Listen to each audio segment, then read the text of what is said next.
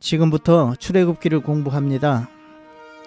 출애굽기에는 무슨 내용이 있는가 기도하는 마음으로 여러분 매주 수요일에 보내드리는 공부 내용을 여러 번 반복해서 들으시고 또 궁금한 것 있으시면 언제라도 저에게 전화해 주시기를 바랍니다.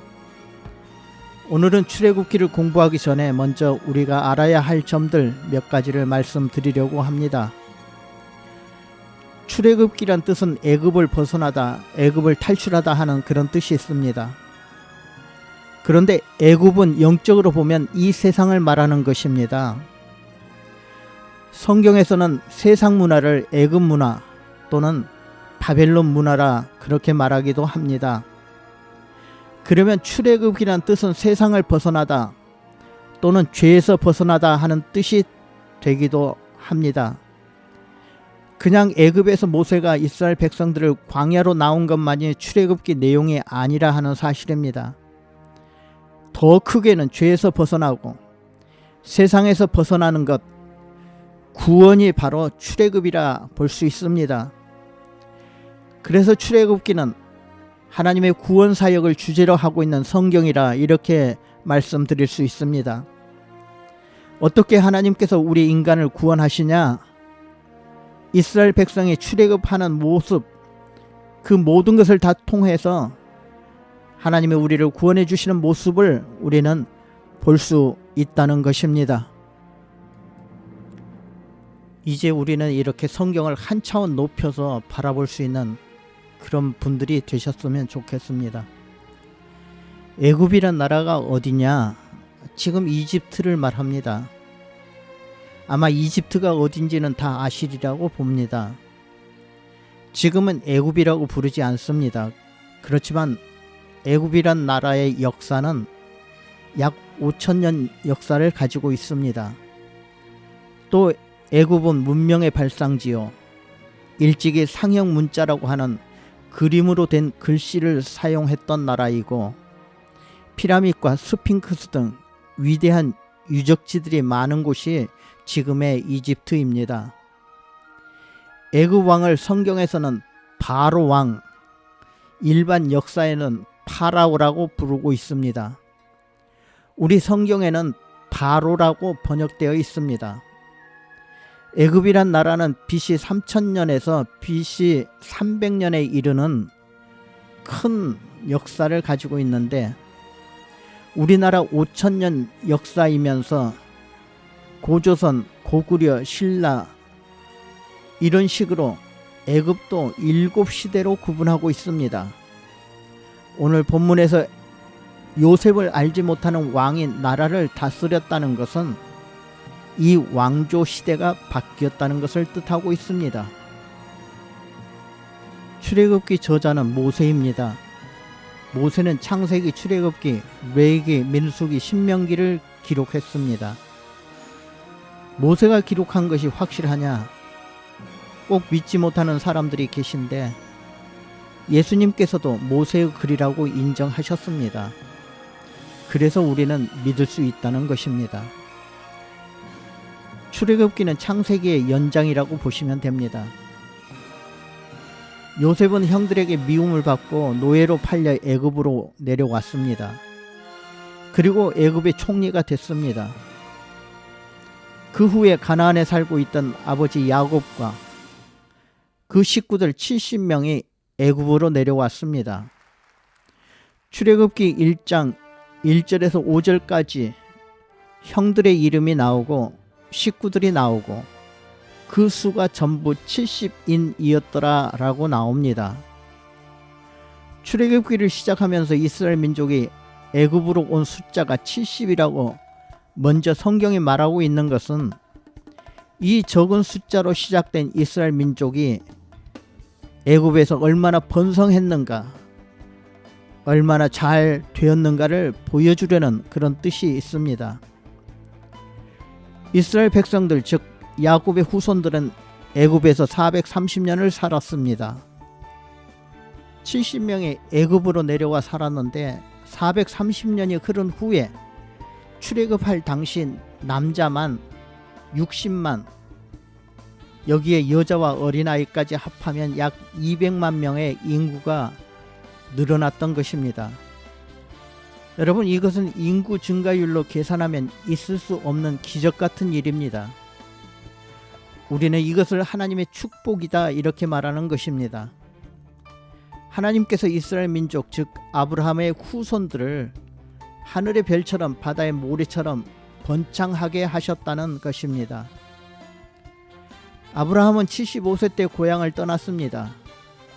그때 동행했던 사람은 아내와 조카 롯, 그리고 몇 사람의 일꾼이 전부였습니다. 아브라함이 25년 후 100세에 아들 이삭을 낳고, 이삭이 40세에 야곱을 낳고, 야곱이 요셉을 낳고, 요셉이 애굽의 총리가 되고, 그 기간을 다 합치면 아브라함부터 요셉의 총리되어 야곱이 애굽으로 내려갔던 기간이 정확히 215년 후입니다. 아브라함의 후손들은 215년 동안 인구가 전부 70명이었습니다. 그런데 애굽에서는 70명이 430년 후에 약 200만 명이 되었다는 사실입니다. 세월이 지난다고 당연히 인구가 늘어나는 것은 아닙니다. 세월이 지나도 어떤 집안은 점점 망하는 집안도 있습니다. 그러나 이스라엘 자손은 점점 더 창성하고 강대해졌다는 것은 여러분, 하나님의 축복이었다는 것을 보여주는 것입니다. 하나님은 아브라함과 이삭과 야곱의 후손들에게 하늘의 별과 같이 땅의 모래와 같이 번창하게 해 주셨다는 약속을 이루어 주셨다는 것입니다. 또 430년 종살이 할 것도 미리 하나님이 아브라함에게 알려주셨던 그런 내용들입니다. 이미 하나님께서는 창세기 15장 13절과 14절에서 아브라함에게 약속하셨습니다. 여호와께서 아브라함에게 이르시되 너는 반드시 알라.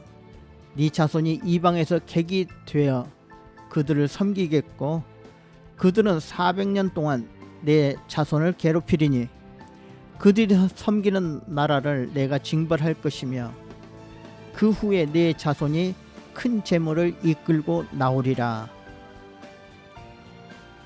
430년 후 요셉을 모르는 왕이 이집트에 들어서고 너무 부흥하는 이스라엘 백성들을 핍박했다고 볼 수 있습니다.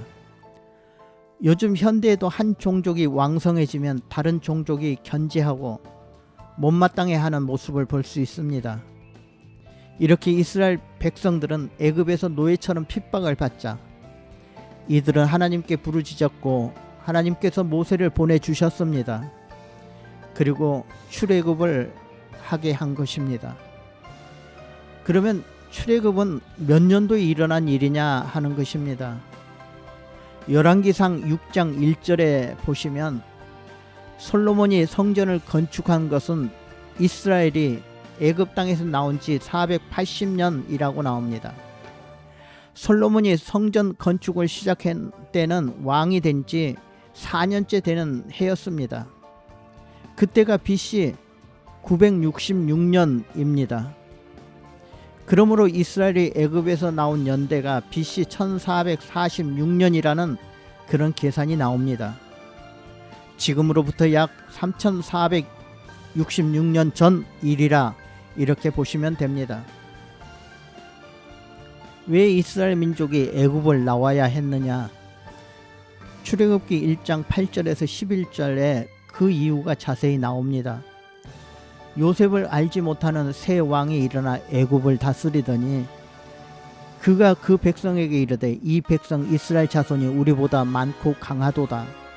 자, 우리가 그들에게 대하여 지혜롭게 하자. 두렵건대 그들이 더 많게 되면 전쟁이 일어날 때에 우리 대적과 합하여 우리와 싸우고 이 땅에서 나갈까 하노라 하고 감독들을 그들 위에 세우고 그들에게 무거운 짐을 지워 괴롭게 하여 그들에게 바로를 위하여 국고성 비돔과 람셋을 건축하게 하니라.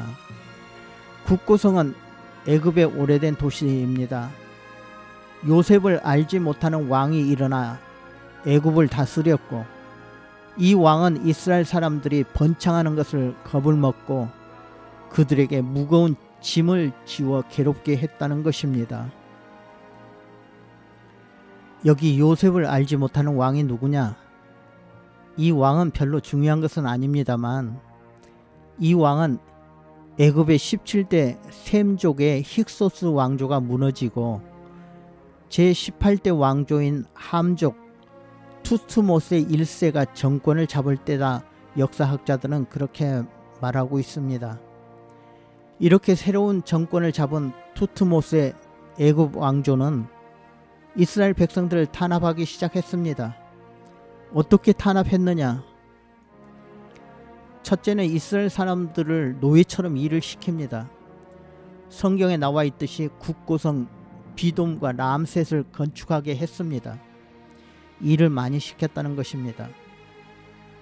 두 번째는 유아 살해 정책을 세우게 됩니다. 애굽 왕은 히브리 산파에게 해산하는 여인들을 돕다가 남자 아이는 살해하도록 은밀히 지시를 합니다.